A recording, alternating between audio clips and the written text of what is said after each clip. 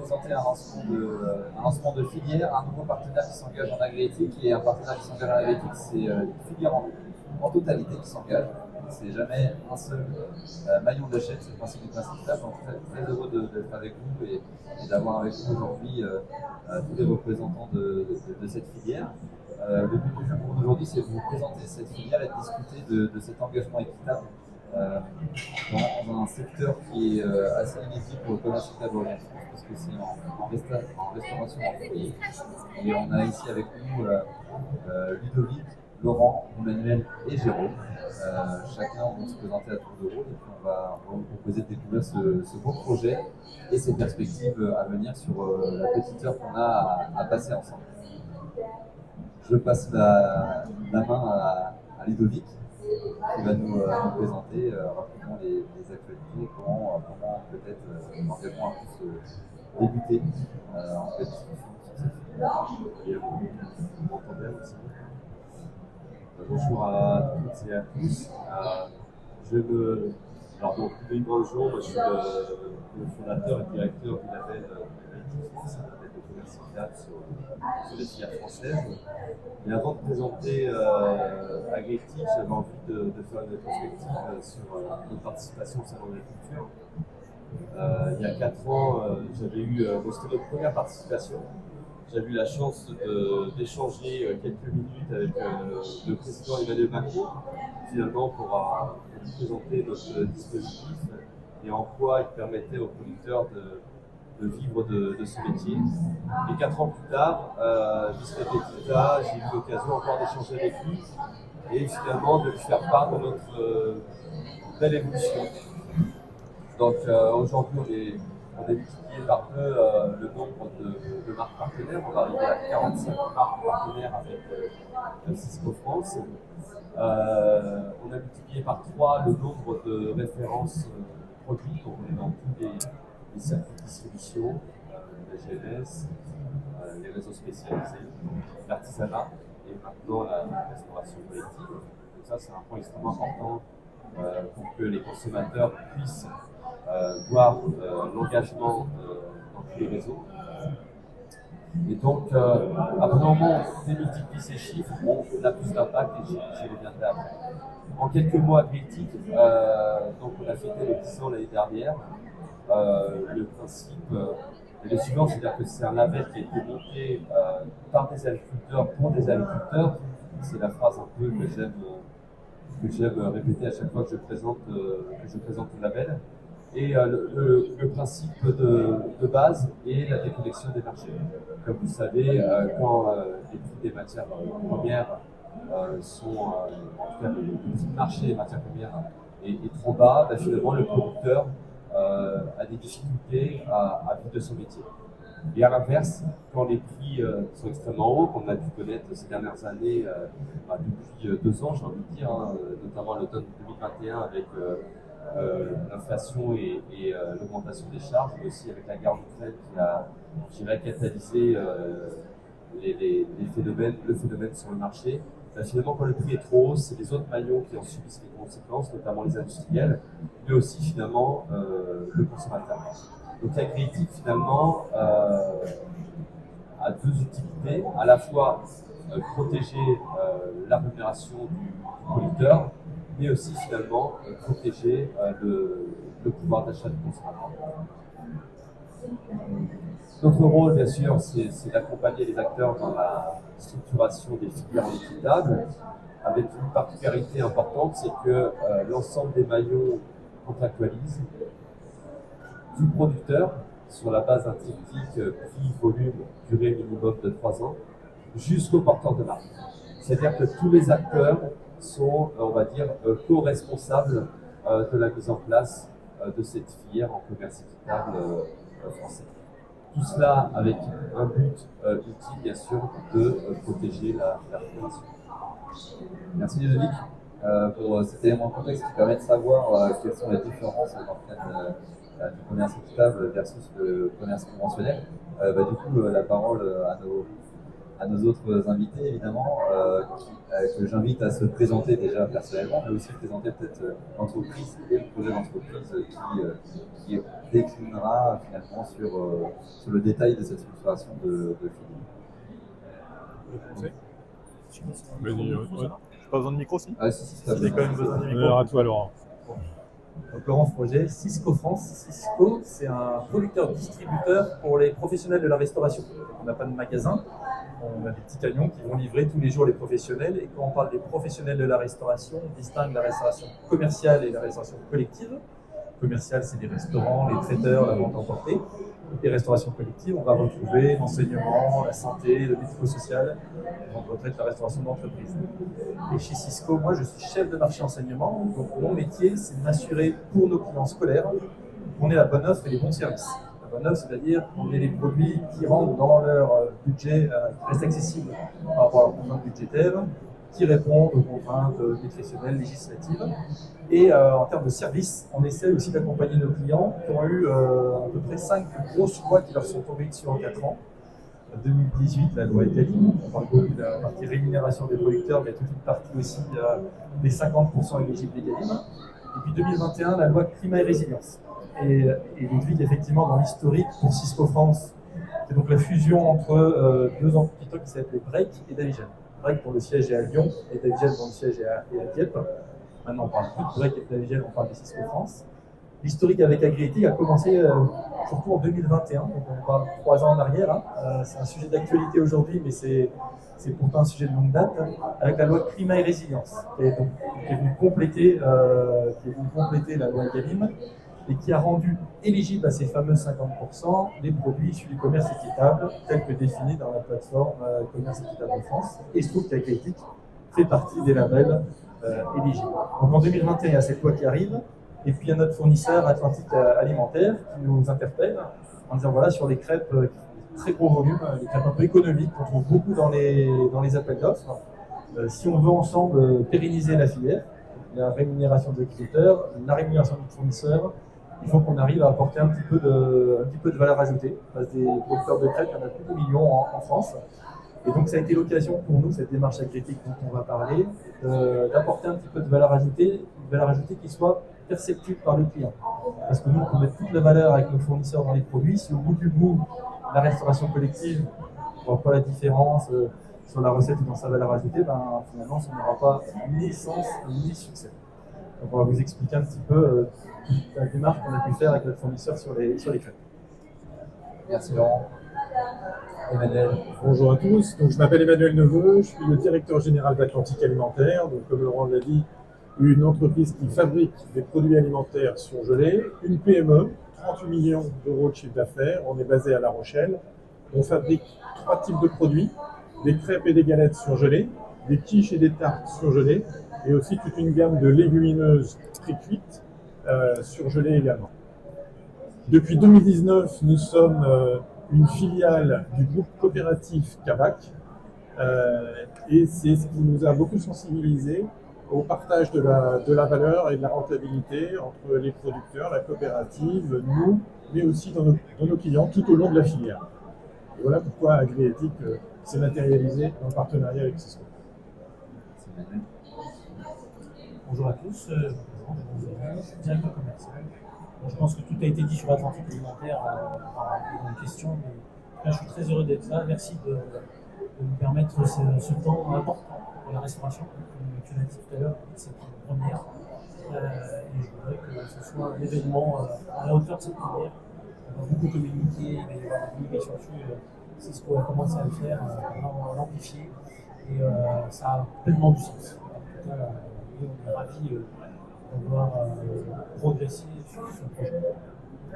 Merci Jérôme. En fait, j'en viens directement à la première question qui est un peu ce que tu introduis, c'est de se dire que les projets d'entreprise c'est une chose, mais en fait ils se font forcément avec des individus, des hommes et des femmes qui sont motivés, convaincus, qui ont envie de faire bouger les lignes. Et ce que je souhaitais, c'est peut-être avoir un petit peu d'historique, l'histoire de votre rencontre et ce pourquoi ça faisait sens d'imaginer entrer dans des relations commerciales différentes dans un secteur en plus qui est réputé pour être relativement avoir la denture dans les négociations. Comment est-ce que ça s'est fait? Comment est-ce que la rencontre s'est opérée entre la partie alimentaire et Cisco? Si vous aviez des éléments d'éclairage et de témoignages à nous apporter sur l'aventure humaine quelque part derrière ce lancement. Moi, je l'ai dit un petit peu tout à l'heure, 2021, il y a eu un peu cet alignement des planètes, avec à la fois une loi qui ouvre l'éligibilité Galim au commerce équitable, donc notre volonté de continuer à accompagner nos clients sur des produits éligibles Galim qui rentrent dans les fonds de 50%, et puis notre fournisseur, Atlantica Alimentaire, qui nous parle de cette démarche agriéthique en disant qu'il y a une vraie réflexion derrière de payer le juste prix, déconnecter des spéculations du marché, et qui permettrait non seulement d'apporter de la valeur ajoutée à ces crêpes, je le redis, qui sont des produits qui se vendent par centaines de tonnes dans les appels d'offres, qui sont des produits accessibles premier prix, mais d'apporter de la valeur ajoutée sur ces crêpes, tout en le faisant savoir. Il y avait cette notion d'avoir un label derrière, une reconnaissance, que ce ne soit pas juste Atlantica Alimentaire et Cisco qui disent on a fait un super boulot, mais que nos clients, les collectivités territoriales, puissent le percevoir, voire même le valoriser vis-à-vis de leurs propres consommateurs. Merci Laurent. C'est vrai que cette relation, elle existe. Laurent, je fais juste un petit coup de rétroviseur, Greg Davigel, mais Atlantique Alimentaire est né en 98 et dès le début, un des premiers clients était Davigel. L'histoire s'est écrite en plusieurs temps, mais en tout cas, c'est un client historique d'Atlantique Alimentaire comme Greg. Et effectivement, depuis 2019, depuis le rapprochement avec la CAVAC, on a accéléré cette communication vers le commerce équitable. Ça faisait partie de la présentation qui était faite à l'ensemble de nos clients pour expliquer cette démarche. Et le premier qui a vraiment été sensible à la compréhension, parce qu'il y a une compréhension de ce marché, tu l'as évoqué tout à l'heure, sur cette relation dans ce cas de figure quadripartite concernant, a été c'est Cisco qui a été réceptif à tous ces messages. Donc, je suis satisfait de tout ce qu'on a parcouru. Parce que 2021, c'est pas aujourd'hui, c'est hier déjà. Et c'est très bien. Je pense que aussi la reconnaissance du label a fait accélérer les choses. La reconnaissance du label agriéthique, éligible, a vraiment fait accélérer les choses. Et ça, c'est un point qu'il faut souligner. Merci pour cet éclairage. J'avais une seconde question qui est liée un petit peu à ce que tu présentais, Ludovic, c'est-à-dire qu'il y a un cadre théorique, une certification qui impose quelque part des nouveautés.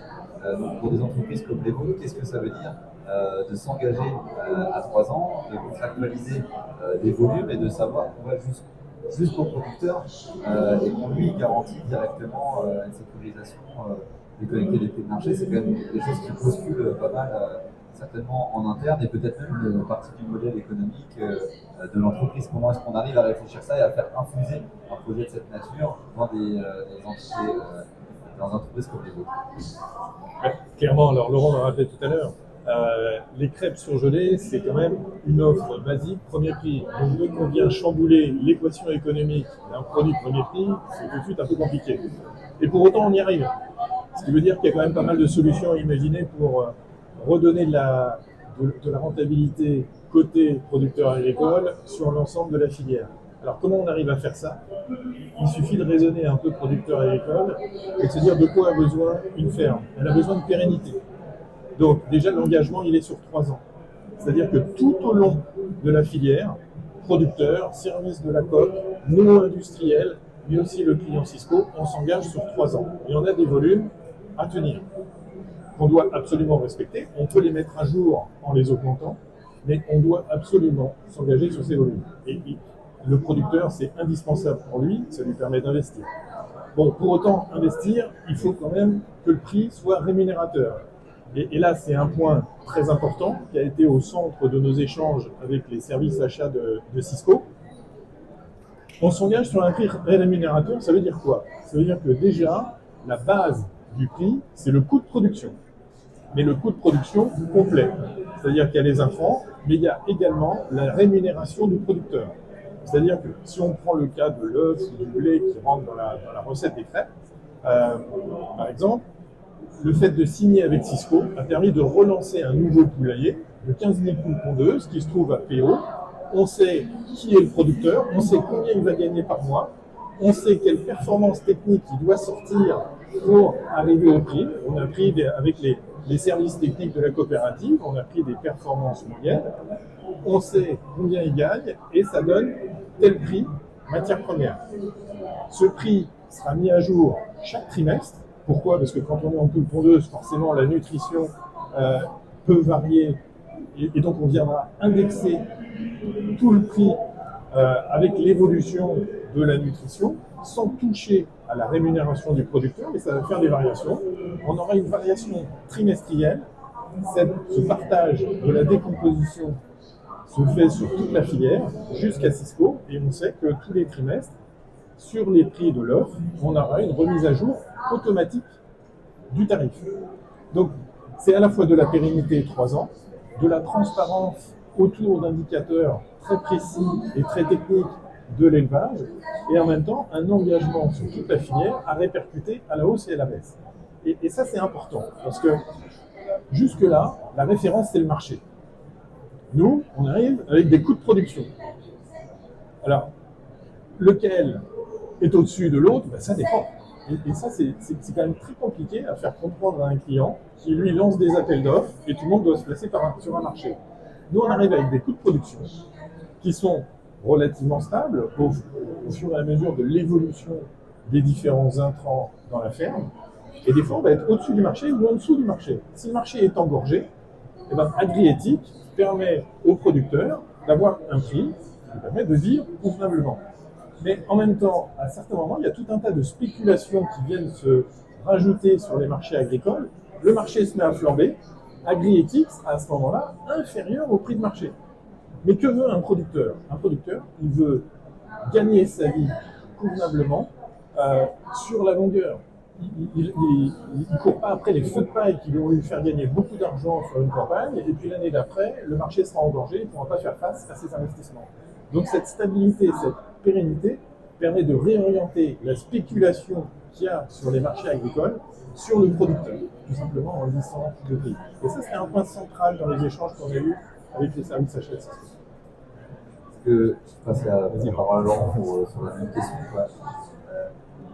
Et au passage, se dire quand même que le niveau de maturité de vos organisations est quand même assez poussé. Oui. Parce que vous êtes aussi proche du client et vous êtes producteur, enfin vous faites aussi des effets de transformation, vous avez un peu énormément cette conscience industrielle, mais globalement, ce n'est pas la philosophie qu'on imagine être poussée dans des organisations comme les vôtres. Il fallait des confiances dans les hommes. Oui, c'était l'intérêt aussi de ne pas rester juste en binôme, mais d'être en trinôme avec Agriéthique. On l'a dit, dans les points clés, il y avait la contractualisation sur 3 ans, ça c'est un peu nouveau effectivement dans la filière, et cette notion de juste rémunération. On n'a pas attendu à Agriéthique ou les échanges avec Atlantique Alimentaire pour s'assurer que nos fournisseurs gagnent leur vie, mais c'est vrai qu'Agriéthique a vraiment apporté une méthodologie aussi, le fait aussi d'avoir cette certification par un organisme tiers nous a permis de façon très posée, depuis 18 mois, de vraiment travailler sur le sujet. Cette notion de juste rémunération, mon collègue acheteur me disait, c'est une des premières fois que j'arrive, grâce à Agriéthique, avec mes fournisseurs, à se mettre tous autour de la table et à parler chacun de ses coûts de production, des niveaux de marge de chacun. Il m'a dit qu'il y a une transparence extraordinaire dans cette démarche-là, qui va un peu à l'encontre des us et coutumes en agroalimentaire. Le premier bénéfice pour nous de travailler avec cette labellisation, c'est cette notion de transparence pour se mettre autour de la table. Deuxième bénéfice, nous, notre métier, je vous le disais, c'est de s'assurer qu'on a la bonne offre, c'est-à-dire d'avoir le bon prix, le prix que le client est prêt à payer, et de ne pas être en rupture. Les ruptures, c'est un vrai sujet. Cette notion de contractualisation sur 3 ans qui peut être vue comme une contrainte, en disant là, on va devoir se mouiller et donner des volumes, pour nous, c'est une façon de sécuriser nos approvisionnements. Dans un marché où parfois la demande peut être supérieure à l'offre, de communiquer à nos fournisseurs nos besoins sur les 3 prochaines années en s'engageant en contrepartie sur un prix ferme, c'est aussi une façon de pallier les risques de rupture dans les prochaines années. Donc cette contractualisation, on y a un vrai bénéfice. Le juste prix, vous l'avez super bien expliqué, de dire on se déconnecte finalement des spéculations des cours pour se baser sur le prix de production, avec en plus, ça on l'a pas dit, mais une prime pour un fonds collectif qui va accompagner la filière pour aller vers des démarches plus vertueuses. C'est pile poil en fait notre démarche RSE, se dire aujourd'hui très concrètement les 6 crèmes qu'on va faire avec Atlantique Alimentaire, c'est l'œuf et le blé qui vont être certifiés Agriéthique. Et l'œuf, aujourd'hui, on est passé du cage au hors cage au sol, et demain, on va passer du sol au plein air. Le blé, on va aller petit à petit vers de l'agriculture régénératrice. Voilà, tous ces éléments-là, ça a un coût. Le fait de rentrer dans cette juste rémunération des agriculteurs et d'avoir ce fonds collectif va nous aider à accompagner les filières à tirer un peu le marché vers le haut. Et le dernier bénéfice de l'agriculture, je le disais tout à l'heure, c'est qu'on peut faire tout le travail qu'on veut ensemble pour apporter de la valeur ajoutée sur les produits. Si au final, notre client, la restauration collective, n'est pas conscient de cette valeur ajoutée, ça ne va servir à rien. Il y aura juste une perte de marge à un moment dans la filière. Donc le fait d'avoir cette certification par un organisme tiers, Certipack pour Agriéthique, le fait que ce soit reconnu par l'État aujourd'hui officiellement éligible à la loi Egalim, fait qu'on espère que les collectivités vont y retrouver du sens aussi et seront prêts souvent à mettre la petite pièce en plus sur ce produit, encore une fois un produit bataillé, mais qui va coûter effectivement quelques centimes de plus pour que tout le monde s'y retrouve. Merci pour ce point. La question que j'ai derrière, c'est un peu lié à celle effectivement de la nature des organisations et puis des hommes qui la composent et des femmes qui font des projets. Je sais que chez Cisco, vous avez quand même une démarche RSE qui est bien poussée, déjà bien plantée sur pas mal de problématiques. Et vous avez un assortiment produit, un nombre de matières premières liées à vos produits très très dense et très important. Donc, comment s'est fait le choix d'arbitrer des produits finalement, cette gamme de crèmes? Comment ça a mûri chez vous? Et est-ce que c'est aussi en lien avec ces discussions avec les industriels de se dire ça c'est un produit qu'on peut tester, qu'on peut tenter de convertir pour ces raisons? Est-ce que vous avez C'est vrai que c'est intéressant de faire le lien avec la politique. Alors la RSE, c'est le développement durable appliqué aux entreprises. Et vous connaissez sûrement les 3 piliers de la RSE. On pense souvent de l'environnement, on pense RSE bio dans l'alimentaire. Il y a l'environnement, bien sûr, mais il y a aussi le pilier économique et le pilier social. Et il se trouve qu'effectivement, avec Agriéthique, on arrive vraiment à adresser chacun de ces piliers. L'environnement, c'est ce que je vous disais, aller vers l'exemple de poules hors cage et même hors sol pour aller en plein air. L'agriculture régénératrice, ça c'est l'environnement. Le social, le fait de contractualiser sur 3 ans, c'est une façon aussi de pérenniser l'emploi local en France. Et puis l'économique, on en a parlé là depuis le début de cet échange, c'est apporter cette valeur ajoutée qui soit perceptible partout. Donc finalement, on vient cocher chacune des cases du développement durable ou de la RSE avec cette démarche Agriéthique. Et comment s'est fait ce choix d'aller sur ces crêpes-là? Justement, je vous disais, ces crêpes-là, c'est des produits premier prix. Et on s'est dit, ça a vraiment du sens sur des produits bataillés, sur un monde un peu de centimier, d'aller apporter cette valeur ajoutée d'équitabilité. On aurait pu le faire sur des produits plus premium, où les niveaux de marge pouvaient être plus importants, mais on a voulu le faire en entrée de gamme. Les 6 premières crêpes qu'on lance à Agriéthique, les premières crêpes en France, on a voulu les faire justement sur ces produits qu'on retrouve sur les appels. Je vous disais, c'est des centaines de tonnes qu'on va retrouver, que nos enfants, nos seniors, nos malades vont manger en restauration collective. On est très fiers et très, très heureux que le premier produit labellisé Agriéthique chez Cisco France, ça soit ces produits justement économiques, c'est pas un hasard. Maintenant, on en reparlera tout à l'heure, l'idée c'est pas de s'arrêter à ces 6 produits et de continuer à étendre cette gamme et cette obligation sur beaucoup d'autres produits. Et le choix de partir sur des produits économiques est vraiment volontaire pour accompagner la restauration collective. c'est très important de pouvoir porter ce message-là et que ça prenne concrètement vie dans une filière comme celle qui est construite, parce qu'on entend très souvent dire que la valeur, l'équité, la bio, tout ce qui est, je dirais, premium est forcément cher, parce qu'on comprend qu'il y a des garanties, donc les garanties c'est un coût, donc ça se répercute directement sur le consommateur. Dans le cas présent, on est capable aussi de faire l'effort et d'engager une transformation de filière avec tout ce que ça implique de valeur, de bénéfices d'abord à l'amont, mais aussi au saut, tout en préservant finalement une logique économique tout à fait accessible. Oui, ce que tu dis, c'est important parce que ça vient aussi pacifier les relations commerciales. Je pense que Jérôme va en parler. Mais le fait de s'engager autour du producteur et de se donner des rendez-vous pour faire des points sur l'évolution des matières premières agricoles, eh bien, ça vient faciliter et encourager le dialogue tout au long de la filière entre l'industriel et le distributeur. Et on sort quand même de 3 ans de bagarre. Nous, on fait des produits cuits et surgelés. On a un budget énergie qui est passé de 800 000 € par an à 2,6 millions. On a des matières premières qui ont fait x2, x3. On a passé 3 ans à batailler pour répercuter des hausses. Mais quand je dis batailler, le mot est presque faible. On se rend compte aussi qu'AgriEthics vient pacifier les relations commerciales. Parce que le fait de donner un rendez-vous, d'en parler des matières premières agricoles, eh bien, la transparence ensuite oblige, mais de fait et de manière très naturelle, à aller sur l'ensemble du prix de revient. Et c'est vrai que ça crée aussi une proximité entre les hommes, parce qu'on ne peut pas parler d'AgriEthics sans parler de valeurs communes entre les personnes. C'est aussi quelque chose qui fait que la rencontre entre Cisco et Atlantique Alimentaire a fonctionné. On avait des valeurs communes. Je ne sais pas si Jérôme... Oui, c'est la chose que tu dis, c'est exactement, c'est bien décrit. Et moi, je dirais même qu'aujourd'hui, AgriEthics, c'est un mécanisme plus. Parce que si on regarde la loi Egalim, elle a déjà ses mécanismes et on les retrouve chez AgriEthics, on va beaucoup plus loin. La loi Egalim va imposer un rythme aux interlocuteurs. Nous, on va se l'imposer à nous-mêmes. On va avoir le libre-échange, cette transparence qu'on a évoquée tout à l'heure, c'est quand même première. J'insiste sur le mot transparence, nous fait l'MDB aujourd'hui. On est déjà transparent avec nos clients, mais là on va beaucoup plus loin puisqu'on remonte sur la partie amont et c'est important. Et cette perception chez les clients aujourd'hui, les clients finaux, les utilisateurs, elle est naissante.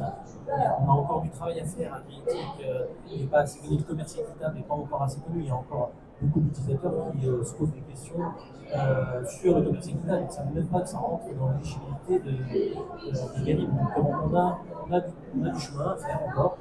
Mais en tout cas, AgriEthics peut compter sur nous parce que je le dis, je le répète, depuis 2019, on passe des messages, ça fait partie intégrante de nos présentations vers la prospection et vers nos clients finaux.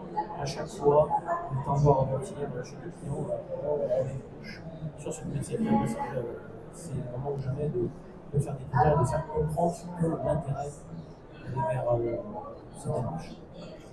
On comprend que c'est quand même une mécanique ancrée depuis quelques années, que les fondamentaux ont été co-construits, parce que l'approche que j'ai décrit Emmanuel sur les œufs par exemple, travailler au trimestre plutôt qu'à l'année pour plein de bonnes raisons objectives et pour sécuriser tout ce qu'on vient de décrire, c'est aussi quelque chose de nouveau où AgriEthics a dû faire son travail et avec vous et avec les collectivités agriculteurs travailler autrement, différemment, s'adapter pour tout le temps poursuivre le même objectif. Donc on est quand même dans la co-construction permanente et on a réussi, je pense, un beau projet, quelque chose d'inédit.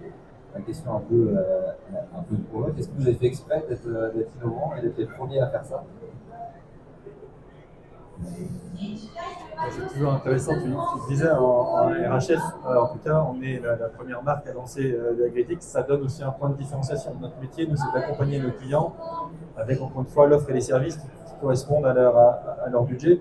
Donc, être le premier à trouver des solutions. Nous, on a vu depuis 2018 la loi Egalim, non pas comme une contrainte, mais comme une opportunité de tirer le marché vers le haut et de redonner du sens. Alors c'est facile à dire, hein, c'est les collectivités qui ont la bourse entre les mains, mais comment aider à redonner du sens? Pour dire très concrètement, un plateau repas en restauration scolaire aujourd'hui, le coût matière d'un plateau repas, 2,50 € à peu près. 2,50 € après inflation. C'est de 2,15 € il y a quelques mois. 2,50 €. Sur ces 2,50 €, nos clients vont être prêts à mettre entre 40 et 50 centimes sur leur entrée.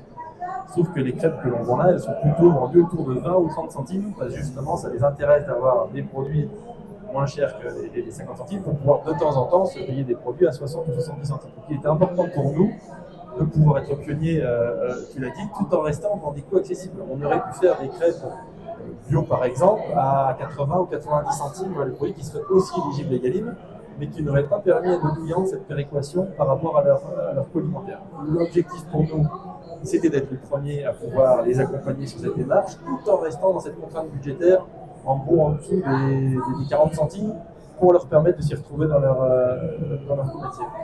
Et c'est ça notre démarche. Aujourd'hui, quand on parle d'Egalim, je vous disais, on parle beaucoup du bio, des SICO. Ça vous parle des SICO, les labels rouges, AOP, IGP, les hautes valeurs environnementales.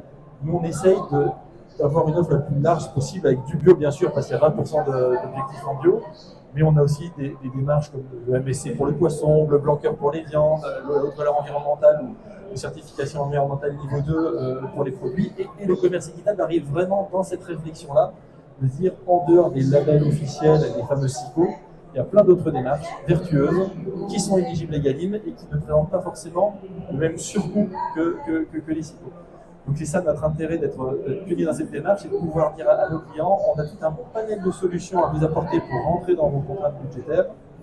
Demain, on espère sûrement que ça va tirer le marché vers le haut et que le confrère vont suivre la démarche.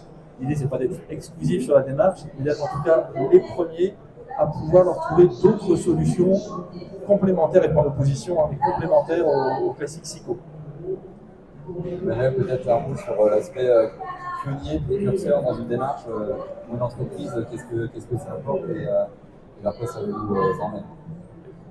L'innovation, c'est pas que le produit. Et être pionnier, c'est pas qu'avoir une certaine recette. De plus en plus, le service et la filière prend du sens, surtout après les bouleversements qu'on a connus depuis 3 ans. Donc, oui, c'est aussi de l'innovation et de la sécurisation. C'est ça. Et nous, si on va au bout de ce que je disais tout à l'heure, on a passé quand même 2 ans très compliqués avec des résultats très mauvais. Donc, l'innovation, oui, mais il faut que ça amène aussi de la pérennité et de la rentabilité pour l'entreprise. On sort un peu du produit, on regarde la logique économique sur toute la filière de manière différente dans un but de pérennité. Et c'est vrai que si l'objectif premier, c'est d'apporter de la rentabilité aux producteurs, c'est quand même très positif sur l'ensemble de la filière parce que ça impose de la transparence. Donc, pionnier, je ne sais pas, mais en tout cas pour nous, c'est l'innovation de service qui est indispensable. Je vais juste rajouter que aujourd'hui, cette avancée avec Cisco, évidemment, on va l'exploiter parce qu'il faut toujours du concret. Jusqu'à aujourd'hui, on a beaucoup discuté, expliqué ce qu'est le commerce de la France. Là, on va véritablement avoir le moyen de démontrer que ça marche, que ça fonctionne, que ces échanges sont constructifs et qu'il n'y aura aucune notion d'opacité de trou dans les échanges. Commercialement, ça va pour atteindre alimentaire un véritable défi. Je disais tout à l'heure, il n'y a pas d'exclusivité. On va pouvoir s'appuyer sur la France pour le déployer sur l'ensemble de l'entreprise. C'est un message fort aussi pour nous, Athletic, de pouvoir dire qu'il y a une efficience économique qui est souvent questionnée, soit par le grand public, soit par le législateur, soit par le pousseux et les clients finaux, et se rendre compte que des filières effectivement qui sont en train de se construire, qui vont se pérenniser sur des modèles économiques différents mais qui fonctionnent, c'est crucial pour réussir à convaincre et transformer. Ce qui m'amène à 2 questions. La première, c'est la dynamique que vous avez connue sur ce projet et peut-être ce qui se présente devant vous. Ça a été du changement lié à la législation, aux attentes sociétales du grand public, voire des clients individuels, des entreprises avec lesquelles vous travaillez. Comment vous avez senti les choses et à quel moment je dirais, la bascule s'est faite en se disant c'est sûr qu'il faut aller là-dessus, c'est porteur, ça a de l'avenir et du sens. Est-ce que c'est du coup législateur, plutôt demande client? Premier élément de réponse, notre vision, c'est vraiment que le législateur a créé l'impulsion. Cette fameuse loi Egalim, vue comme une contrainte et qu'on voit comme une opportunité de tirer le marché vers le haut et de redonner du sens, c'est clairement, il faut leur en tirer le chapeau. Les états généraux 2018, 2017, la loi en 2018, c'est vraiment eux qui ont créé l'impulsion. Maintenant, cette loi Egalim, nos clients ne sont pas arrêtés à cette loi Egalim et ils nous demandent des produits locaux, des produits français qui ne sont pas dans la loi Egalim. On n'a pas le droit dans un appel d'offres européen. Ils nous demandent des produits élaborés Clean Label. Clean Label, c'est pas tellement non plus dans la loi Egalim. C'est clairement une impulsion du législateur, mais qui a été enrichie par les demandes terrain. Et c'est vraiment ce binôme, je prends Egalim et c'est 50% éligible, plus toutes les demandes du marché, et j'aimerais bien que ce soit du local et du français, et avoir des recettes intéressantes. Et c'est tout ça cumulé qui nous amène au produit fini. C'est pas un seul, c'est pas les clients seuls qui nous ont demandé, ou c'est pas le législateur seul c'est bien le cumul des deux attentes. Emmanuel, c'est un peu le Jérôme, c'est le même constat partagé ou peut-être des nuances? Une petite nuance, notre fenêtre de l'approche, nous on est le lien avec notre filière, notre filière agricole. L'amour nous a surtout prendre conscience des enjeux de cette démarche. Il est sûr et certain, Emmanuel l'a précisé tout à l'heure, que les crises successives que nous avons connues, ça a été un accélérateur pour nous de cette conscience des individus agricoles. Nous, on a profondément attaché à ce monde agricole par la part du fait qu'on soit sous pavillon coopératif, donc ça c'est déjà un premier point. Et ensuite, on a surtout été aussi à l'écoute de ces évolutions de marché, de la restauration. Donc, très attentif à ce qui se passe sur ce marché. Le nombre d'utilisateurs, on l'a bien précisé, un peu perdu dans toute cette législation qui est tombée sur le pandémie. Ce n'est pas évident, généralement, pour arriver à bien respecter cette législation. On l'a vu, il y a certaines régions qui ont dit je ne suivrai pas les recommandations de l'EDI sur le bateau, parce que je ne sais pas. Généralement, il fallait aussi apporter d'autres alternatives.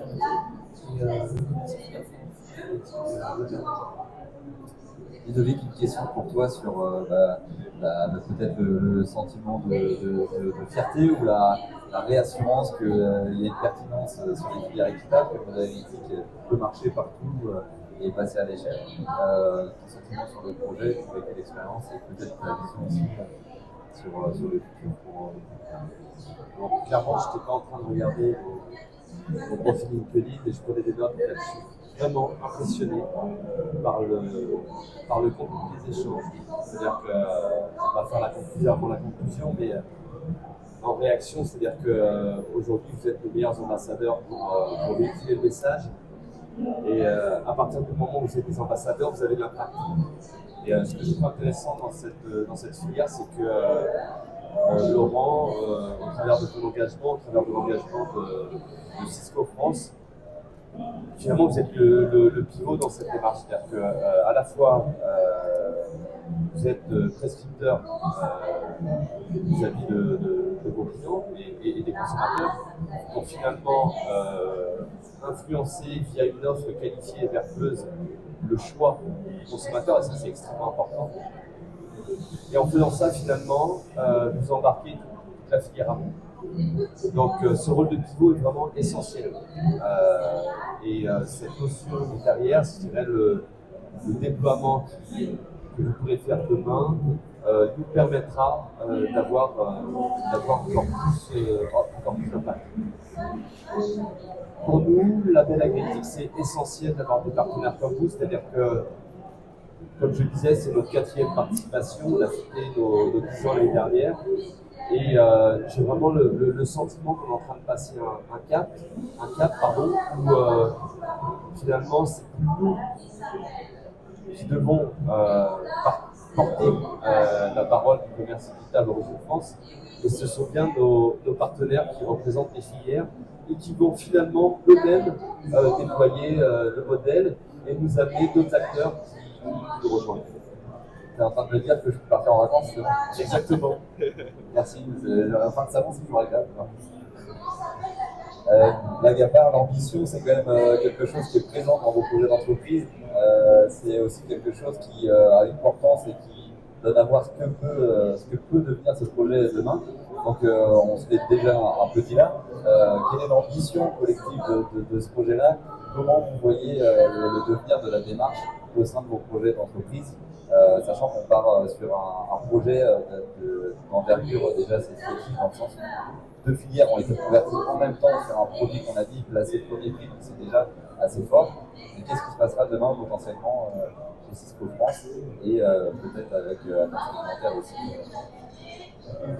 On se l'est dit, on ne veut pas nous s'arrêter à ces 6 crêpes avec Atlantique Alimentaire. Il y a un an et demi à peu près, quand on est rentré dans cette démarche-là, le deal avec le comité de direction, que ce soit la qualité, le commerce, les achats, le marketing, c'est-à-dire ces 6 crêpes seront une première étape. On rentre dans une démarche sur le long terme.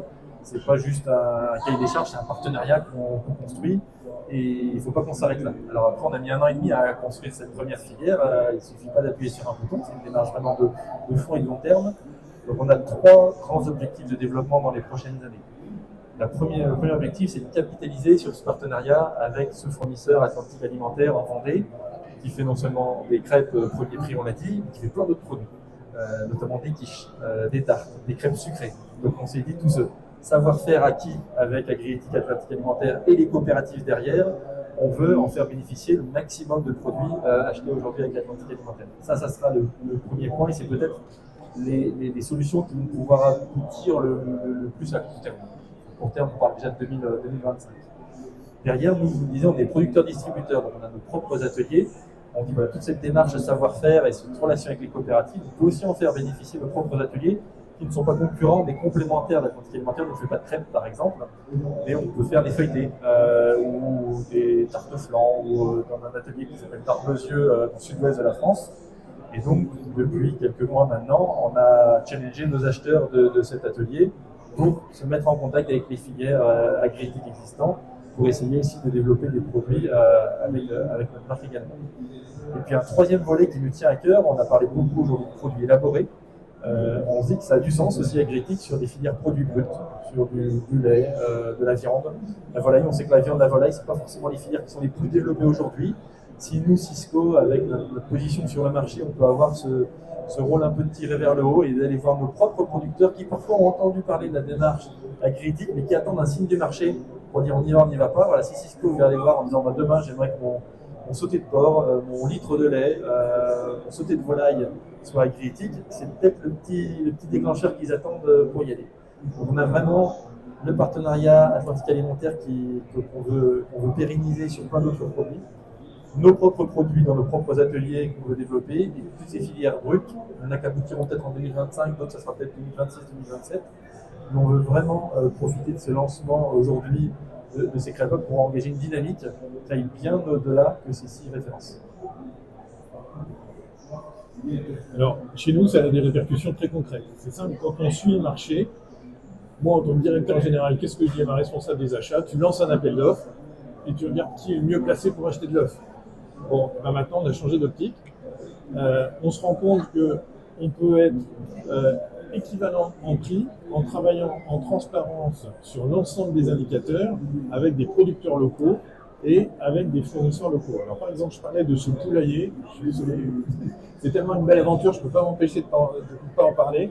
15 000 poules pondeuses, c'est un poulailler qui avait fermé il y a 2 ans. On a relancé, on a installé un producteur, on lui garantit sa rémunération, on le signe sur 3 ans. 15 000 poules pondeuses, c'est 250 tonnes de poules d'œufs par an. Bien sûr, il a fallu trouver un casseur. Parce qu'on achète les œufs, mais nous, on utilise la poule d'œuf, c'est-à-dire on n'utilise pas les coquilles. Donc, on a référencé un casseur local qui est en Vendée. On construit une nouvelle filière et on va pérenniser avec lui. Si bien que notre politique RSE, et je suis en train d'y apporter les derniers indicateurs et les derniers objectifs, on va se fixer 70% de matières premières à moins de 350 km. Voilà, et ça a changé. C'est-à-dire que quand on est marché, on est un appel d'offres, toute France, voire au-delà de la France. Nous, on était déjà, parce qu'on est en MDD et beaucoup de distributeurs nous demandent de l'origine France, on était déjà sur le marché France. Mais on aurait très bien pu acheter la poule d'œuf du net Pétaouchnok. Non, maintenant, on préfère travailler sur les filières locales et travailler en détail, en transparence, sur concrètement comment on peut trouver une solution économique à tout ce qu'on nous demande. On a commencé avec le blé et les œufs. Laurent vient de le dire, on va élargir la gamme, on va devoir travailler sur des produits de charcuterie, des produits laitiers, des fromages. Voilà l'objectif clairement des prochaines semaines et des prochains mois. Mais c'est aussi un changement d'entreprise pour les achats et pour tous les services de l'entreprise. Merci. Alors, on arrive bientôt au terme de cette conférence, il nous reste quelques minutes. Peut-être je te laisse la parole, Ludovic, pour le mot de la fin. Et si vous avez un dernier petit message à passer, bienvenue évidemment à tous les participants. Et on se quittera sur ces derniers mots. Laurent, on est prêt, puisque tu nous as pas promis, mais en tout cas, je pense qu'on a d'autres projets à développer ensemble pour, comme je le disais tout à l'heure, avoir un réel impact à la fois sur l'amont et nos producteurs, nos agriculteurs, nos éleveurs, nos éleveuses, mais aussi sur le consommateur. Et c'est extrêmement important aussi qu'on puisse lier les deux. Ce que je peux dire, c'est qu'aujourd'hui, Agri-Éthique est devenue une société à mission. Donc notre mission, c'est bien sûr de pérenniser l'agriculture sur le territoire, de pouvoir pérenniser et assurer en effet un sourcing français équitable auprès des acteurs du territoire comme nous. Et on va aller aussi plus loin, je dirais, en matière de consolidation de notre modèle. Vous parliez de certification. Il faut savoir que ce n'est pas Agriéthique qui délivre la certification, on est là pour accompagner les acteurs dans la structuration des filières. C'est bien Certipac, un organisme tiers indépendant qui délivre cette certification. Et bien demain, Certipac sera lui-même, alors c'est un peu technique mais c'est important, sera lui-même contrôlé par un organisme qui s'appelle le COFRA, justement, pour apporter encore plus de crédibilité et d'indépendance à l'audit qui sera effectué, donc ça donnera encore plus de valeur à votre engagement.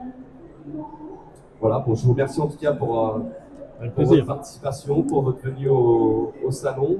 Vous imaginez qu'on a bien su enregistrer tous nos échanges. J'ai enregistré aussi un certain nombre de punchlines qui sont excellentes, merci. Ce matin, j'étais avec notre community on essayait de se dire qu'est-ce qu'on va faire comme poste de fin sur LinkedIn. Clairement, je vais m'appuyer sur tous les messages que vous avez pu nous porter pendant cette conférence. Merci beaucoup. Peut-être un dernier mot de conclusion. Je ne sais pas si vous connaissez ce joli conte du colibri qu'a relié Pierre Rabhi, où chacun est invité à faire sa part. On se dit que nous, dans toute la valeur de la chaîne, on a commencé à faire notre toute petite part en référençant ces secrets. Et je vous l'ai dit, on ne veut pas s'arrêter là et continuer à faire la démarche. On a fait notre part, on essaye d'apporter cette valeur ajoutée dans la chaîne. On a souvent en face des coopératives qui sont prêts à faire leur part aussi, à jouer le jeu, en disant parfois je vais gagner, parfois je vais perdre, en fixant aujourd'hui mon prix de l'œuf ou mon prix du blé en dehors des cours mondiaux. Parfois je vais être gagnant, parfois je vais être perdant. On a trouvé des acteurs prêts à jouer le jeu, à faire leur part. On a trouvé un producteur qui est prêt à faire leur part et qui a fait plus puisqu'il nous a mis en relation. C'est grâce à vous aujourd'hui qu'on connaît Agriéthique, qu'on a pu rentrer dans cette démarche. Il reste un maillon avant le consommateur final, c'est nos clients, la restauration collective. Et donc c'est la question qu'on se pose, est-ce qu'ils vont être prêts à faire cette part-là, cette petite pièce en plus dont je vous parlais tout à l'heure pour pouvoir accompagner cette démarche. On a lancé ces crêpes en janvier, donc on peut considérer que là, fin février, début mars, on est vraiment à la période où tous nos stocks de ces 6 crêpes-là sont labellisés aujourd'hui Agriéthique. Donc je ne suis pas encore capable de vous dire si nos collectivités nous suivent, si nos clients nous suivent, et si on va pouvoir apporter cette valeur ajoutée. On va se donner rendez-vous dans quelques mois. Je vais suivre de près, en tout cas, et les performances en volume et les performances en prix de vente de ces crêpes-là. J'ai aucun doute sur la responsabilité des collectivités territoriales pour nous accompagner. Et je pense que c'est à eux de jouer, de faire leur part, de nous donner ce message-là pour nous encourager, nous, distributeurs, vous, producteurs et les agriculteurs et les éleveurs, à aller bien au-delà de cette démarche et pas se limiter effectivement aussi réflexifs. Moi, le mot de la fin, ça serait de dire que Agriéthique, c'est du Egalim version 10, version 15, version 20. Que ça a plein d'effets positifs. Je suis maintenant intimement persuadé qu'on peut sécuriser la rémunération d'un producteur à partir du moment où une filière joue le jeu autour des coûts de production et accepte à certains moments d'être décalé par rapport à des marchés. Mais en même temps, qui veut construire des filières sur des prix de marché engorgés? C'est débile. C'est forcément pas pérenne. Donc c'est très vertueux pour la filière, mais je dirais sur l'ensemble des relations commerciales. Ça nous a rapprochés encore plus de Cisco. C'est le premier contrat partenariat qu'on a signé avec Cisco sur d'autres familles de produits, parce qu'on s'intéresse à des familles de produits destinés aux personnes âgées, ce qu'on appelle les grades IDDSI 4. Et forcément, ce projet Agriéthique débouche sur beaucoup d'autres projets, tout simplement parce qu'on discute de manière pacifiée et passer le temps à batailler sur le prix n'est plus au cœur de la relation commerciale. Quelque chose qu'on avait dit tout à l'heure, j'ai hâte de le replay de cette échange. On va peut-être l'arrêter, hein, c'est pas. En tout cas, merci à nous. On était là aujourd'hui, je pense que c'est important. Ça signe vraiment ce partenariat qui est très fort. Manuel vient de le préciser. Moi, je suis confiant pour la suite. On a une croix de transmission. Je sais que vous avez mis beaucoup de moyens pour aller vers l'utilisateur et pour expliquer cette démarche Et je sais que vous avez organisé des petits films, des choses comme ça pour expliquer la démarche commerciale là-dessus. Enfin, je trouve ça très bien. Parce que vous n'avez pas juste traité comme un élément supplémentaire de votre approche commerciale. Et en tout cas, félicitations pour avoir eu quelques supports de présentation pour vous aider avec ces deux-là. Les projets à venir, ils sont déjà maturés, on a dit 2025. On fait une idée aujourd'hui, si vous regardez toutes les filières qu'on pourrait maintenant agréger à celles qui sont existantes. Et puis là, je me retourne vers qu'est-ce qu'il va me dire. L'année prochaine, il va falloir mettre une vitrine surgelée pour pouvoir mettre nos produits directs. Parce que vous regarderez derrière, il y a quelques produits chaque année, ça se remplit, il faudra une vitrine frais et surgelée pour aller au bout et montrer. C'est vrai. Et je compte sur toi. Avec plaisir, c'est noté, c'est validé. Merci beaucoup. Merci à tous. Et puis c'est vrai que je souligne quand même aussi de Agrétic, on a bien vu la façon dont se sont mobilisées les équipes et l'investissement très fort et le portage en interne de toutes les équipes Cisco de cette partie alimentaire. Ça a été un dossier qui a mis un peu de temps, mais honnêtement, je trouve que ça reste quand même réaliste et c'était super de pouvoir collaborer, d'entamer, de traiter d'égal à égal et pas dans le rapport de prestation de service, de certificature en route. Tout le monde a bien conscientisé le projet qu'on était en train de bâtir ensemble et c'était très agréable aussi pour Agrétic de construire ça et de construire l'échange pour faire plus de. Merci à toutes et merci à tous. Je vous dis